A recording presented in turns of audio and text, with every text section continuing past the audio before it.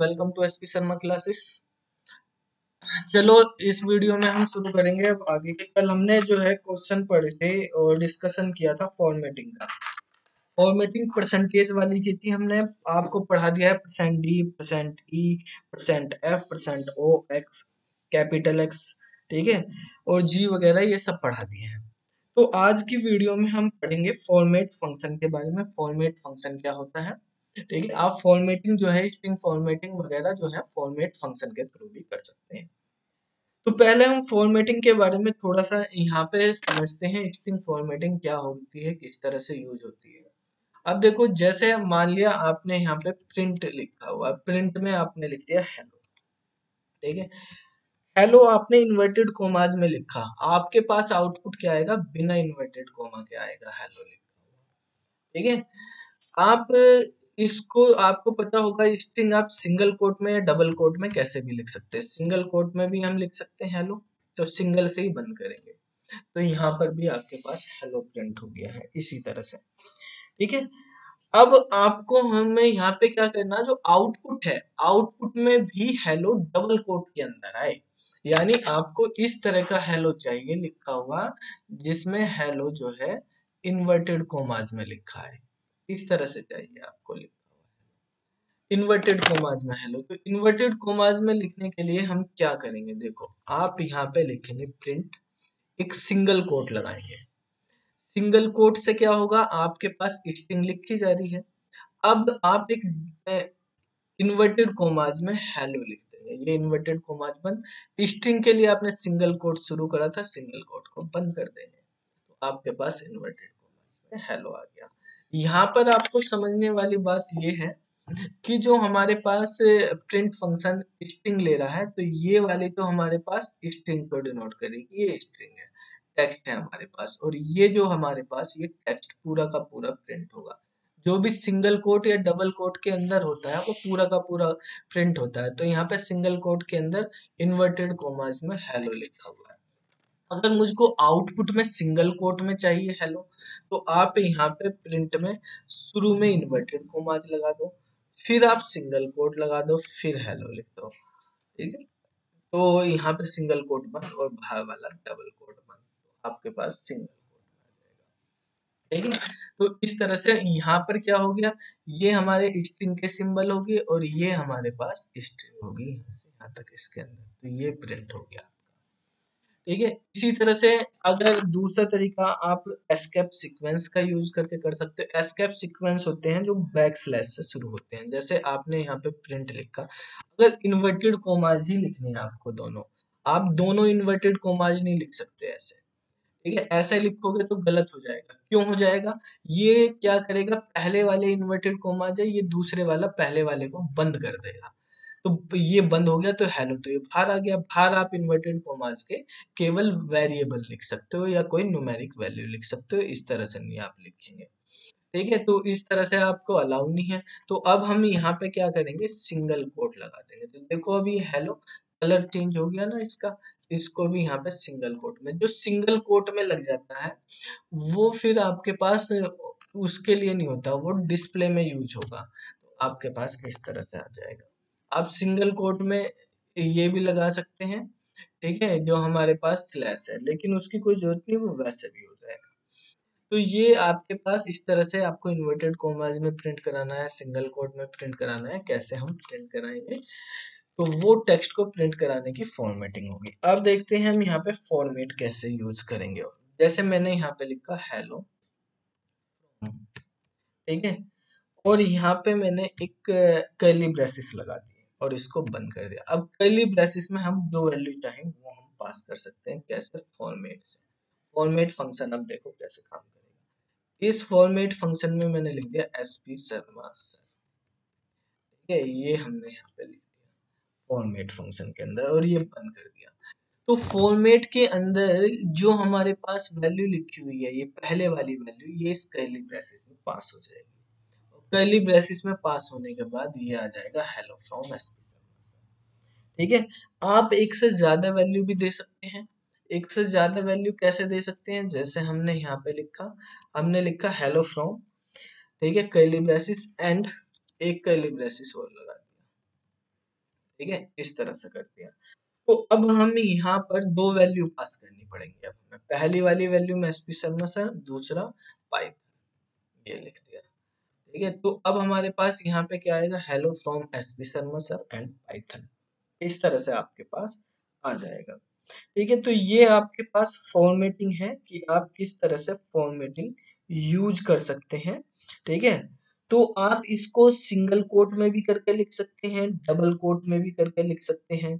ठीक है, तो देखो इस तरह से अगर हम करेंगे, इसी चीज को अगर मैंने इस तरह से लिख दिया, ये जो मैं इन्वर्टेड कोमाज में लिख रहा, इन्वर्टेड कोमाज की जगह मैंने यहाँ सिंगल कोट लगा दिया, यहाँ भी सिंगल कोट लगा दिया।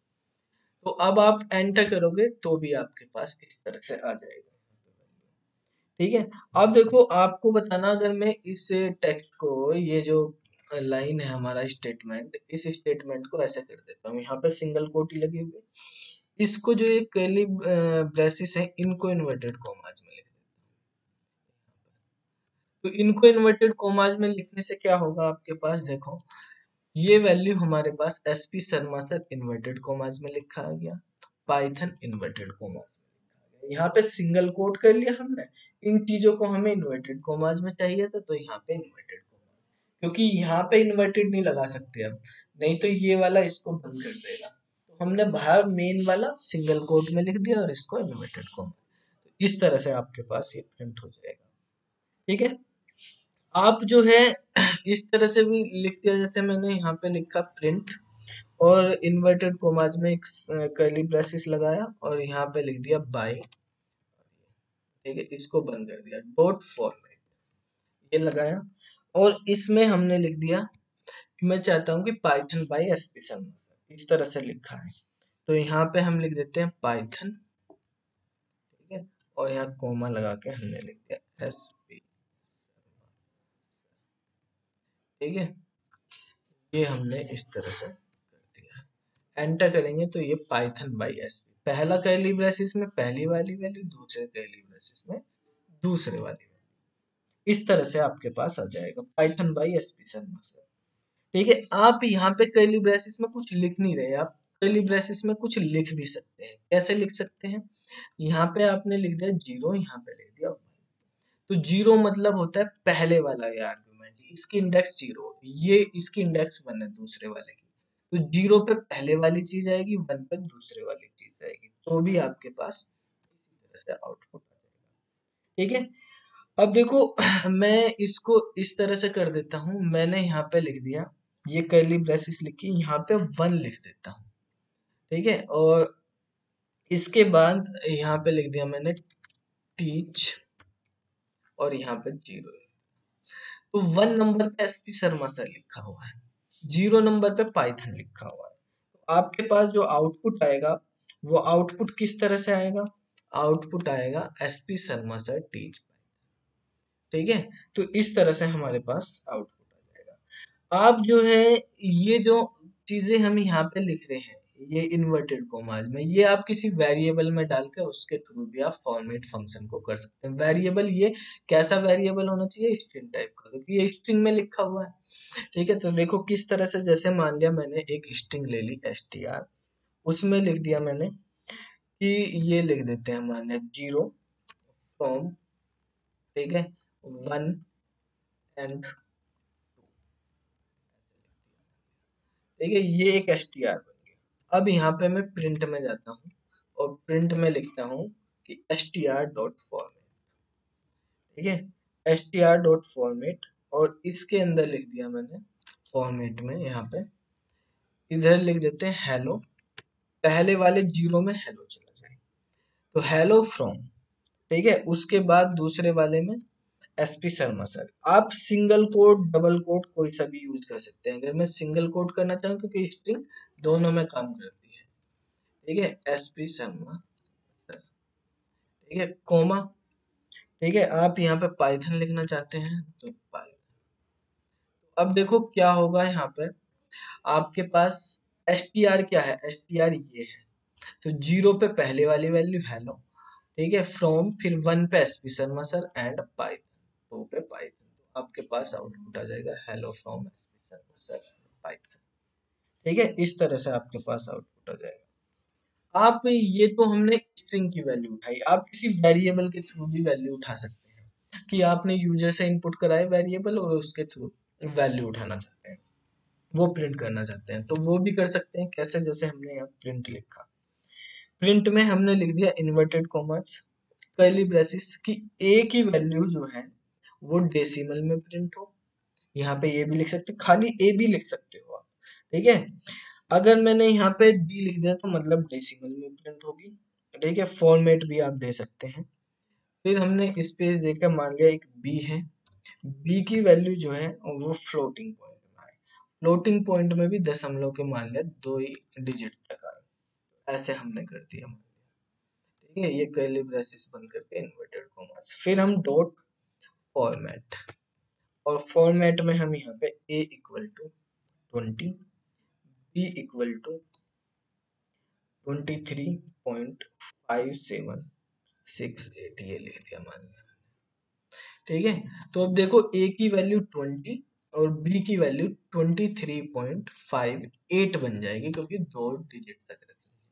इस तरह से आपके पास फॉर्मेटिंग, ठीक है। तो यहाँ पर हमारे पास ए नहीं प्रिंट होगा, ए की वैल्यू प्रिंट होगी, यहाँ पे बी की वैल्यू प्रिंट होगी। अब आपने 0 1 इंडेक्सिंग नहीं दी, वेरिएबल है तो वेरिएबल का नाम प्रिंट करवा दिया। आपको लिखना A equal to B equal to, तो वो भी कर सकते हो आप। वो कैसे करेंगे आप यहाँ पे?